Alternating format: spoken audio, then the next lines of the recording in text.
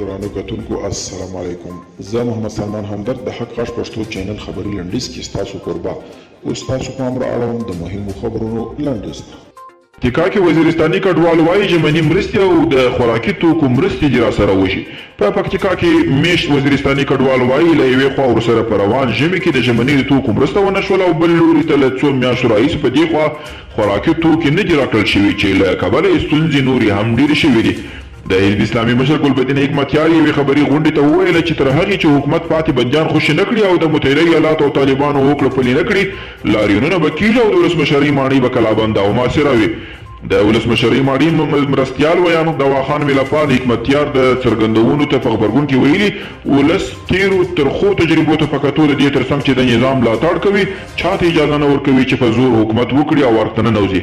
تېره ورځ د شوروي ځواکونو د ماتې د 2 کلیزې په مناسبت جوړې شوې غونډه کې حکمتیار ویلي چې که حکومت ورسره ژمنې عملي نه کړي لاریونونه به وکړي او ارګ به محاصره کړي.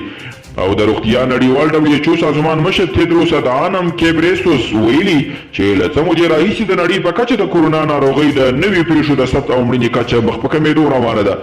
دا له دې امله دی چې اوس د زیاتو هیوادونو خلک روغتیایي پاملرنې ته مراعات کوي خو د پیښو داسې کمېدل باید د دې لامل نه شي چې خلک د یادې ناروغۍ له خطرونو څخه غافل شي او روغتیایي پاملرنه له پامه وغورځوي.